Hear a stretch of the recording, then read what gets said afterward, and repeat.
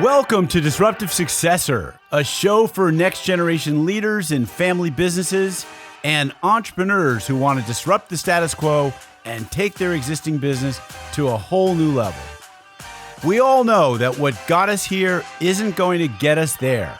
This show will provide inspiration, advice, and resources to help you create massive impact.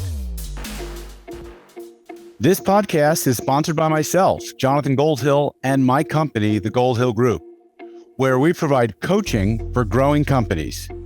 I'm Jonathan Goldhill, and my purpose is simple: to guide entrepreneurial leaders in family businesses towards more freedom and fulfillment. I want entrepreneurs to get clarity around the changes that will make them and their businesses more successful so they can experience the same freedom I've enjoyed in my life. Our proven practices challenge business owners to think differently about their business and how they're running it, and quite literally become game changers in our clients' companies. Learn more at thegoldhillgroup.com website, where you can schedule your free strategy session. Hi, it's Jonathan Goldhill, and welcome back to another episode of the Disruptive Successor Show. One of the primary challenges in family businesses is fostering effective teamwork and collaboration. Balancing personal relationships with professional responsibilities often complicates team dynamics. Family members may struggle to separate their familial roles from their business roles, leading to conflicts and misunderstandings. Additionally, navigating differing perspectives and decision-making styles within the family can hinder team cohesion.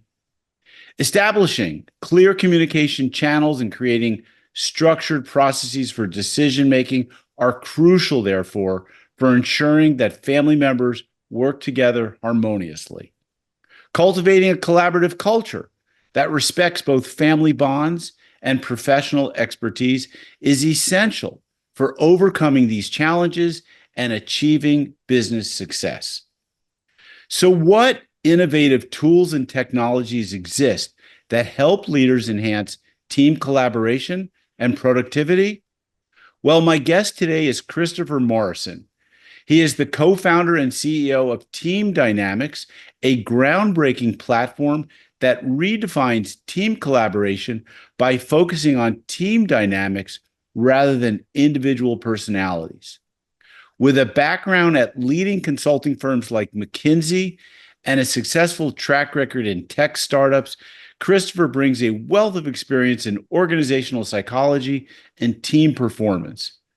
His innovative approach has helped companies like Meta, Splunk, and Hilton optimize their team effectiveness, making him a sought-after expert in the field. So, I welcome Christopher Morrison to the show today to talk to us about the innovative tools and technologies that he's developed. So, Christopher, welcome to the show. Thanks so much, Jonathan. Great to be here. Would it be helpful if I just told you maybe a little bit about my background, my journey, and as I do that, maybe tell you a little bit about how TeamDynamics came to be, and then we can see where the conversation goes? 100%. Great Awesome. way to start. Well, you gave me a really illustrious introduction, so I appreciate that. You know, my journey to TeamDynamics ties together a bunch of different threads from my experience. So I'll tell you a little bit about my journey. As I do so, I'll weave in some stuff about TeamDynamics. So, you know, as you mentioned, I started my career at McKinsey, which is the big management consultancy, and McKinsey is a great leadership training ground. I was really grateful for the time I had there. One of the foundational lessons I took from my time at McKinsey is the power of a simple framework. McKinsey is legendary, by the way, for their frameworks, to the point of it being a bit of a joke. I see you smiling. You've no doubt come across them. But there's a reason for it. And the reason is that, like, the world is complex and we need a simple way to make sense of it. And a good framework takes something complicated and it distills it down to its essential components so we can understand it, we can understand the levers that we have to change it, and we can make it actionable. The other thing that I really took from my time at McKinsey was the power of culture and how true it is, like that saying that culture eats strategy for breakfast. We would spend months and months, our clients would be spending, significant resources, both of time and money, working with us to craft the perfect strategy for X, Y, Z. You pick it, a new product, an international expansion, a new marketing strategy. But reflecting on, the dozens of projects I led at McKinsey, what ultimately separated the projects with real impact from the rest was the culture of our clients. Like, could they actually take an idea and turn it into reality? So after 5 years at McKinsey, I had the opportunity to join a pre-revenue, pre-product technology startup out here in San Francisco called Doma as its founding chief operating officer. And over the course of my 5 year run there, I took that organization from five of us. We were squatting over the Sweet Green Salad shop in downtown San Francisco to $550 million in revenue, 2,000 associates, and an IPO on the New York Stock Exchange. Wow. And leading through that rapid growth really emphasized to me the truth of the saying, you can't manage what you can't measure. And this is, another overused bit of business dogma, but it is true. Figuring out the right things to measure, getting an accurate read on them, and staying laser focused on those key metrics is so important for getting an organization aligned and accountable for moving towards the same goal. And as I was building this company, I also learned how different it feels to be leading or to be part of a team that's really humming versus one that's just okay. As a leader, and I'm sure you've come across it, you felt this. I'm sure your clients have seen this. I'm sure listeners have felt this. It's the difference between feeling like anything is possible because it is, and feeling like you're stuck in neutral, like constantly putting out fires, never really moving the ball forward.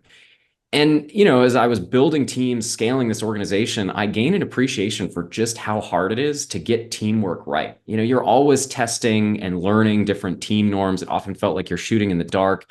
You're trying different routines, different meeting cadences, different documentation methods, different project tracking tools, yada, yada, yada. You're always correcting breakdowns within your own team, but oftentimes as a senior leader, I would find myself having to resolve issues that come up cross-functionally when my teams were working with other teams throughout the organization or vice versa. You're always onboarding new team members when you're in growth, and when you're in a growth phase. And on that last point, it really hit me how important recruiting is when building a business. Just about every startup founder has thought about starting a recruiting business, and that's because it's one of the biggest pain points of building any company is sourcing, identifying, evaluating, onboarding, new talent. And one of the things that, I would deal with because I was interviewing people literally every single day was, how best to answer the question that you get asked as, a hiring manager or just a leader in an organization. What's it like to work on this team? What's it like to work at this company?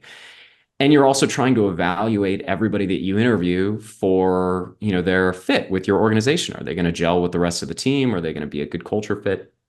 And so, after I took my company public, I stepped back from that role, and I took, about 6 months to reflect on what I'd learned, the challenges I'd had, and what I might do about them.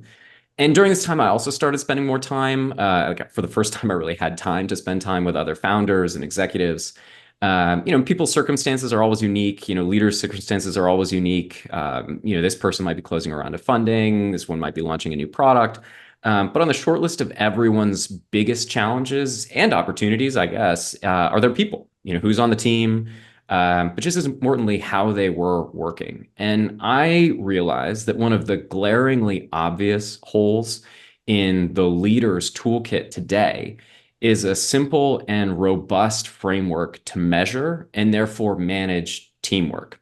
Basically, to kind of tie it all together, applying the simplicity of a McKinsey type framework to enable leaders to define and then manage that fuzzy, but it when you see it thing that is teamwork. And by the way, when I say teamwork, I don't mean the flow of tasks. Like there's tons of project management techniques, tons of pieces of software for that. But what I mean by teamwork is the interactions between team members and between teams.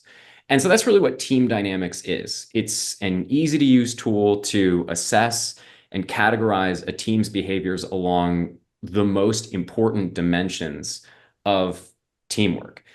And leaders find this really helpful. Number one, it takes something that can feel squishy, how we work, and it makes it concrete. When you deploy team dynamics across an organization, it gives you a common language and framework to understand how your team works, how other teams work, and how you can therefore work best together. And it's also really helpful for coaching and developing individuals. If you know how an individual prefers to work and you know what your team's dynamics are, your team's behaviors are, you can help identify the points of friction and you can help give them the tools and techniques they need to better fit with their team and better support their team. So that's a little bit about me, a little bit about my journey. Would love to go in any direction you think would be interesting. So I guess let's start with, well, first of all, what think I'd like to start with is talking about your product itself Yeah. and how and whether it's been vetted. I mean, and then talk about some of the other assessment instruments that are out there, Yeah. and the degree to which they use team elements, dynamics to make teams work better together.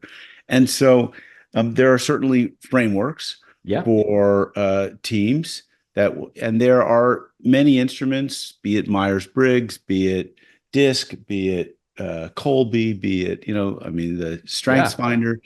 And to the degree that some of those allow you to map everyone onto either a Success Insights wheel, as in with Target Training International or Yeah. something, they give you the opportunity to understand other people. Yeah. And predictive index. I mean, Yeah. there are so many instruments out there that do some of this, Yep. and yet you're leading with the team element Yeah. as opposed to the individual. So do you find that those tools are lacking because they are built on really an individual assessment that throws them, and then tries to map everyone up on a pinwheel, so to speak? Yeah. Yeah. Look, I mean, let me start by saying, I think team dynamics and a lot of these other individual focused personality tests, these can be complementary, and Mhm. and I also should say, I think these individual personality tests are really interesting, and I think their durability, the fact that they've been around for, in the case of, for example, Myers-Briggs, almost 80 years. Mhm. And their pervasiveness speaks to a fundamental human need to understand and to be understood. I think MBTI was invented in the late 40s, still super relevant today. Millions of people use that framework every single year. And in fact, when I started my career, before I even started working at McKinsey, they asked me to take Myers-Briggs in preparation for their introductory training.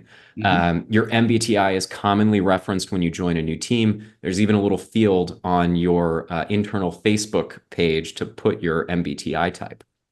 And it was really helpful in that context for understanding yourself and some of your own individual preferences. And also when working individually, with others, it could provide a bit of a shorthand for how to, get along and how to understand some of their behaviors. I think that's really where these sort of individual focused assessments and frameworks shine. Understanding yourself and understanding the one-to-one reactions, one-to-one dynamics that can emerge, when you're working with other people. But, and I think, you put your finger on it when you were sort of asking the question, they're ultimately limited to just that, understanding the individual. Let's just pull on the thread of Myers-Briggs, for example. One of the classic sort of dichotomies in that framework is, are you an introvert? And I is the first letter. Are you an extrovert? And E is the first letter of Myers-Briggs. Let's say you're on a team of 3 extroverts and 1 introvert. How's that team going to share information? How's that team going to make decisions? How's that team going to work towards its goals? You don't really know. The Myers-Briggs framework doesn't really allow you to extrapolate beyond the individual. And so why are we applying these tools so frequently in the modern workplace, which increasingly is all about teamwork and collaboration? So in a way, we're asking these individual focused personality tests to do something that they just weren't really originally designed or meant to do. And that's what Team Dynamics addresses. It fills in the gap here by capturing the realities of how teams work in a modern context. I'm obviously a bit biased. And I happen to think that Team Dynamics, because it's a team personality test, is the right choice in a professional context versus some of these, traditional individual focused personality tests, Strengths Finder, DISC, Big Five, et cetera.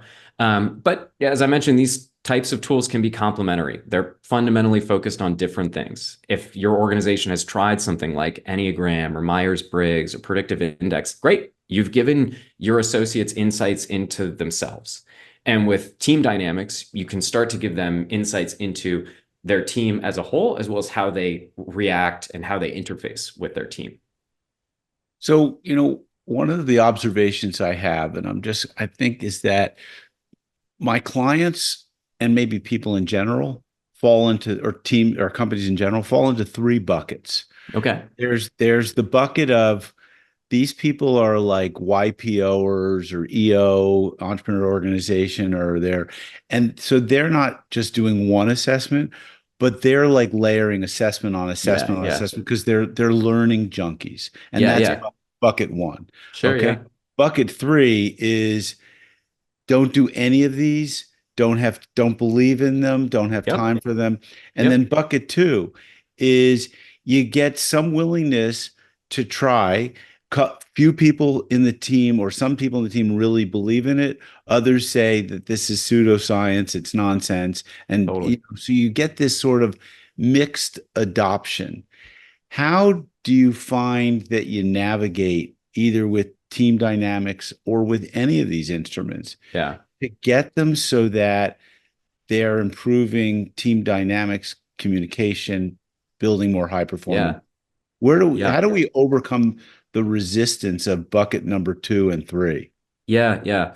I think about a couple of different, I don't know, legs of the table, I suppose. Mhm. I think the first one is you do need leadership buy-in around anything like this. That is just essential. You Of need course. people who are, in respected positions, formal or informal, to voice and support the deployment of anything like this. Mhm. If you don't have that sort of top level buy-in, even if you've got a lot of folks throughout the organization who are interested in something like this, it's just never going to see the level of focus, investment, that it really requires. I think the second thing that you need in something like this is you need a narrative. You need people to understand the why. Mhm. People can understand what this thing is, but they need to understand why, as an organization, we're using something like this. That story is essential in terms of understanding why we're spending our time on this, why I, as an individual, should engage, why we as a team, should engage, and what this has potential to help us do. I think the third thing that you absolutely need is you need people to understand how these frameworks work. You need to invest the time upfront when you're introducing, a platform like this, a methodology like this, but also, continue to reinforce those lessons. Hey, how does this work? Like, let's actually educate people on what this is, how to use it, what it really means, how to apply it.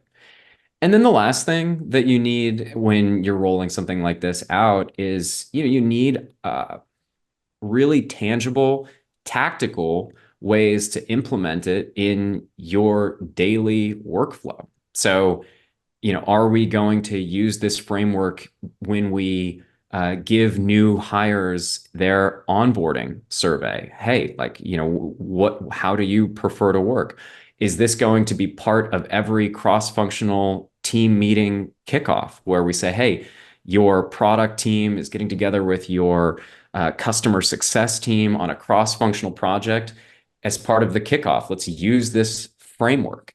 When you talk about when you have your team offsites or your planning meetings or your annual or quarterly, budgeting sessions, Are you using these sorts of frameworks as part of the team building portion of those discussions? You have to reinforce the adoption of any methodology like this by putting it front and center in your business's, core processes. I think if you get those handful of ingredients right, then you're going to see, a lot of adoption, and people, even if they're skeptical, like if they're sort of naturally skeptical around, sort of these frameworks and, maybe even the scientific underpinning or whatever, people love to pick at those sorts of things. They'll see that it's still useful as a way, as at the very least, a language for talking about how team works, but they'll also start to see it be applicable in terms of how we actually work together and how we evolve the ways that we work. And that's really when even the skeptics start to come around to something like this. When they see the impact of it, even if they were initially skeptical, that's when they start to say, okay, I see how this is valuable because it's actually changing the way that we work. It's improving the way that we work. It's making it easier for us to work together. It's making it easier for us to overcome challenges in cross-functional collaboration. Once you start to see the impact, then a lot of that skepticism starts to fall away. I think it's true. My mind is going in so many different places that you're speaking. I mean, something you said earlier, and something I've often repeated, is that beauty is like leadership. Like, you know it when you see it, but it's Yeah. really hard to define it. Yeah. And a really healthy team it's like beauty. It's something that Yeah. you can't necessarily, or I don't know how to define exactly what a healthy Right. team is. And then one of the questions I have, and I'm even wondering what it was like at McKinsey, perhaps, but like, do you throw people overboard who don't buy into the who won't drink from the same Kool-Aid, Yeah. and they're not buying into the program, and you feel like, boy, they would just be so much of a better team player if they spend a little bit of time looking at themselves and how they show up and how other Yeah. people show up and use these tools and these frameworks. I mean, how do we build culture when not everyone is on board? And Yeah. like, is that ideologically, is it like, are we profiling people by, I mean, and can you even terminate people because they aren't buying and drinking the Kool-Aid? I mean, Yeah. I think number one, I would say that this is one of the hardest things to get right as a leader. mhm. Um, I think what defines good leadership a lot of the time is ownership and accountability as the leader around your performance and buy-in of the team members that you're leading. Mhm. And so one of the things that is just a challenge, I've struggled with it, throughout my career, even, is knowing when you've tried hard enough as a leader to change someone's mind, to bring them along, to get them oriented around the cultural change that you're looking to drive. Um, and it's just not sticking. And knowing when you've put enough in, the problem isn't the organization and the organization's investment in that individual. The problem isn't your investment in that individual. The problem is that individual. Right. But I think that is like, you do reach a point with people who don't want to go along for any change that you're looking to make as an organization, Right. whether it's a cultural evolution, whether it's upskilling your organization, whether it's just, leading to a reorganization or moving into a new phase of growth, whatever. Not everybody is going to come along for that ride. And I think being comfortable acknowledging when that is the case, and giving yourself permission as a leader to say, hey, look, I've put everything that I possibly could into supporting this individual through this transition, but for whatever reason, it's not taking, and therefore they are no longer a good fit for this organization in its next phase. That's just a place that you have to get comfortable getting to. There's this is I'm going to like apply a metaphor here, or like sort of a leadership heuristic here. That's from another sort of context, but there's this concept when you think about your existing team members, where when it comes time to review your team, for example, one of the tests that you should be applying for every individual on your team is, if I was interviewing this individual for the job that they are being asked to do currently, would I hire them? Mhm. And if the answer to that is yes, outstanding. You've got somebody in the right role. You should continue to support them. If the answer is no, well, then you have to make some sort of change. And that's, one of the criteria around, would I hire this person for this role, apart from are they qualified, do they have the right skill set, all of that sort of stuff, is, are they a good cultural fit? And so you need to be applying the same test when you evaluate your team. Like, do they fit the cultural profile that I will be hiring somebody for, assuming I were hiring to fill this role today? If the Yes. answer is yes, outstanding. They're on the bus, they're along for the ride.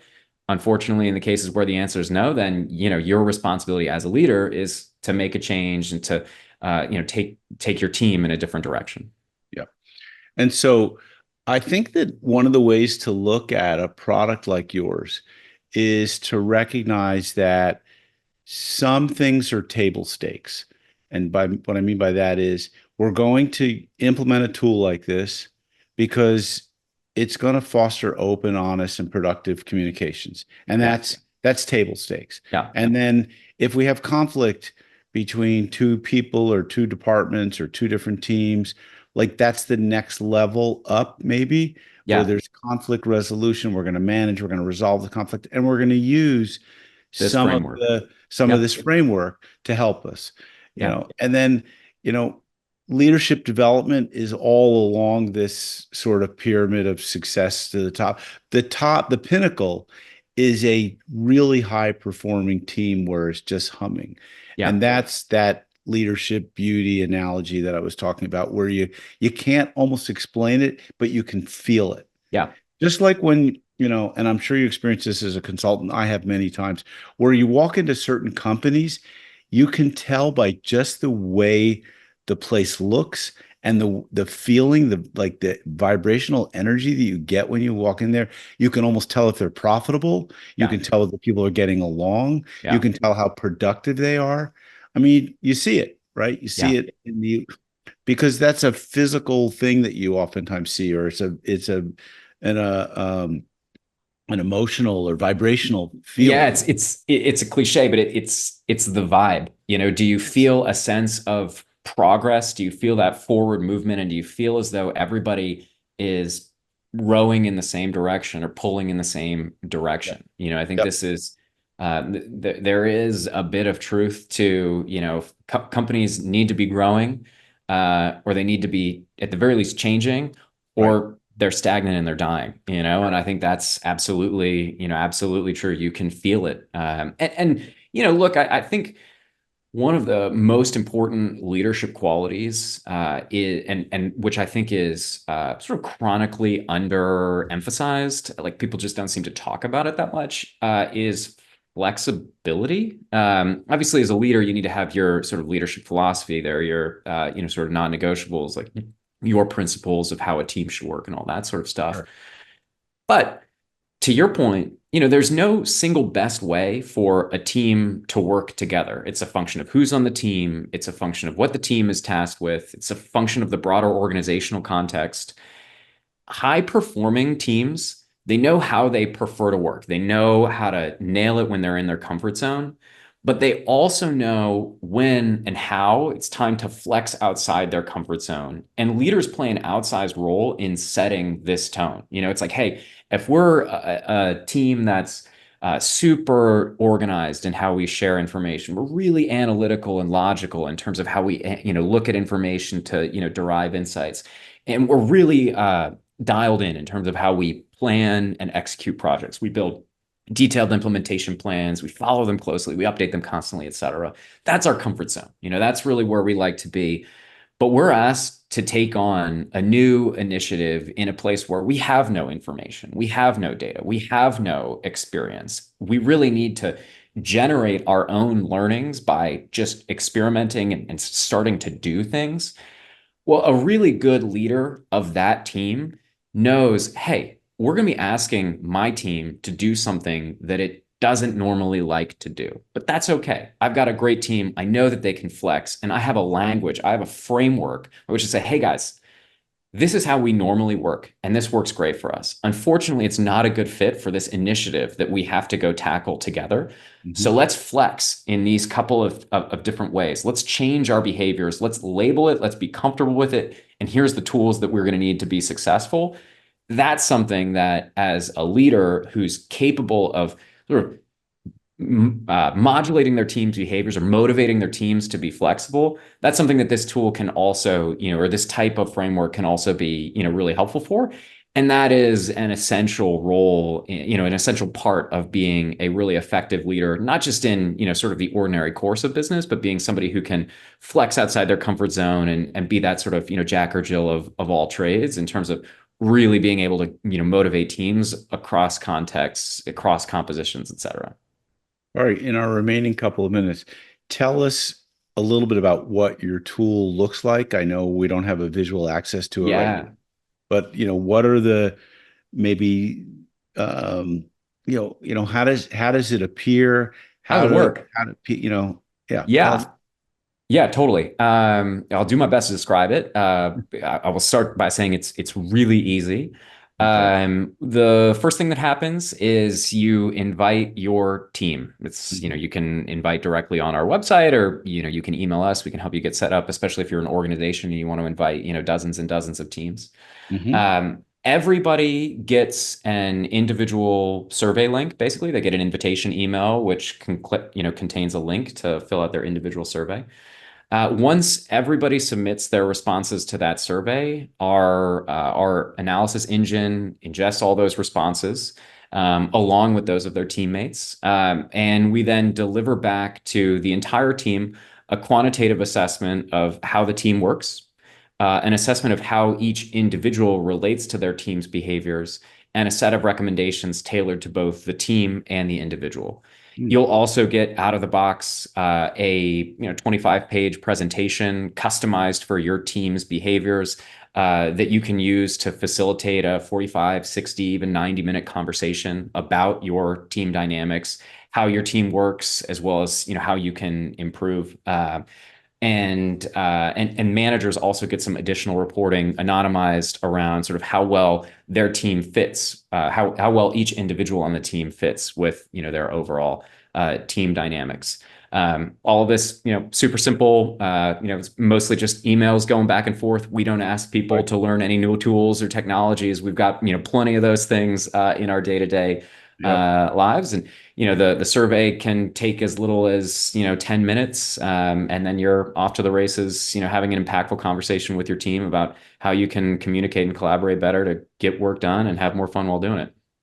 And are most of your clients, are these consultants, facilitators, or are these end users, or is it a mix? I mean, do you have Yeah, somebody it's about certified? 90% end users. Okay. We have some just recently, like in the last 2 months, we launched our what we call our professional partners program. That wasn't actually our original sort of focus area, but we launched the product and we just started getting so many inbound requests from professional consultants, professional coaches, folks who work with organizations to improve their performance, saying, "Hey, our clients are asking us about this. Is this something that we'd be able to apply in our practice? Could we use this with clients?" So about 10% our users are those sort of folks who are coming to us via consultants or coaches. The rest of it is team leaders or organizational leaders at our end clients. A classic use case for Team Dynamics is, I'm hosting a quarterly planning meeting that includes, teams from a variety of different departments. We're going to be talking about, projects that we've got coming up over the next, 12 weeks, et cetera. But we also have, a portion of the session set aside for, team building activities. And we're looking for something that's simple, action oriented, and that we can sort of refer back to on an ongoing basis. And Team Dynamics is kind of a perfect fit for that particular use case. We've seen a lot of interest across different industries. I mean, you mentioned a couple of companies that have worked with us, but technology companies, retail companies like Walmart, hospitality companies, Hawaiian Airlines, for example. Folks across industries, see a lot of value in this, and even folks across different, functions. I mean, obviously, folks who work in HR are often interested in something like this, but we've seen a lot of folks who are on the technology teams, marketing teams, product teams, operations teams. Broad-based interest, and a lot of uptake. We've been really like pleased and flattered with the quality of organizations that are using the product and seeing a lot of value in it. Sounds good. If I was looking at a report of either a high performing or a low performing team, Yeah. what might be some of the terms or colors or, Yeah, coding? yeah, yeah. Let's Well, maybe take the we high performing team. yeah, yeah. I think the first thing I would say is there is no better or worse team type. There might be situations where a certain team type is better suited for that circumstance, but any team can be successful. What's essential is understanding your team's type, leveraging its natural tendencies and strengths, being mindful of when you have to flex, to the example that I told earlier. And what's really useful about team dynamics is it's kind of like having an instruction manual for your team. Mhm. And so the framework has four different dimensions, which are grounded in sort of the meta research that we did around how teams communicate and collaborate. The first dimension is communicating. This is how teams share information. Teams are either ordered or informal. An ordered team has has defined processes, I should say, and forms for sharing information.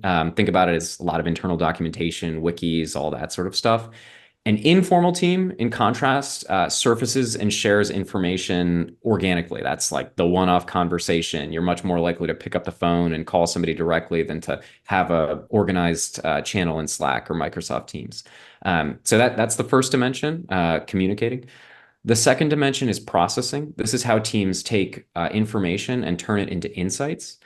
Teams are either logical or relational. A logical team relies on tons of data, rigorous analysis when they interpret information. The argument that tends to carry the day here is the one that's most rigorously researched and supported by facts. On the other end of the spectrum, a relational team looks to specific trusted individuals to tell them what's going on and what matters. They socialize analysis ahead of time. There's a lot of emphasis on the value of expertise, organizational context, et cetera. The third dimension is deciding. This is how teams align on what they're going to do. Teams are either authoritative or concordant. An authoritative team looks to leaders to act decisively and set the team's direction. Typically, decisions are made by team leaders or specifically appointed team members. Not a lot of input needed from the broader group. Whereas on the opposite end of the spectrum, a concordant team collects input from everyone on the team before making a decision. Takes a lot of different viewpoints in. Deliberation is the norm, and there's a lot of transparency about how decisions get made. And then the last dimension is executing. And so this is how teams plan and work toward their goals. Teams are either deliberate or spontaneous. A deliberate team creates detailed implementation plans. They closely follow them. They diligently maintain them. When something unexpected happens on a deliberate team, the team's first instinct is to go back to that plan and say, hey, like, why didn't we anticipate this? Why didn't we account for this in our original plans? Whereas on the other hand, a spontaneous team is responsive to new information, lightweight plans that they quickly toss aside candidly in favor of new information or as circumstances change. And the spontaneous team moves right from making a decision to action. There's no, hey, let's pause and build a detailed plan. They say, hey, we've got our decision, time to start moving. And Great. taken together, these four dimensions, they really capture the life cycle of modern teamwork. Communicating and processing, that's all about how teams gather and interpret information. Deciding and executing, that's all about how teams turn insights into action. And then that feeds right back into, the first two stages of, sort of communicating and processing. It's a bit of a flywheel, I suppose. Awesome. Well, so people can head over to teamdynamics.io Yep. and then /try. They can actually take an assessment and they can look at the 16 different team dynamics there and the 4 dimensions that you just described. And then if they want, they can, I guess, subscribe or use it on a per use or per case basis, it looks like. Yep, that's exactly right. You can learn more about the product at teamdynamics.io. You can also email us at hello@teamdynamics.io, or drop me an email if you'd like, Christopher@teamdynamics.io. Christopher, thanks so much for being on the show today, and look forward to trying your tool and using it with a team. And folks, you know the drill. If you got some value from the show, please share it with others. Please give us a good rating on your podcast listening app of choice, and stay tuned for future episodes of the Disruptive Successor Show. This podcast is sponsored by myself, Jonathan Goldhill, and my company, the Goldhill Group, where we provide coaching for growing companies. I'm Jonathan Goldhill, and my purpose is simple: to guide entrepreneurial leaders in family businesses towards more freedom and fulfillment. I want entrepreneurs to get clarity around the changes that will make them and their businesses more successful, so they can experience the same freedom I've enjoyed in my life. Our proven practices challenge business owners to think differently about their business and how they're running it, and quite literally become game changers in our clients' companies. Learn more at thegoldhillgroup.com website, where you can schedule your free strategy session.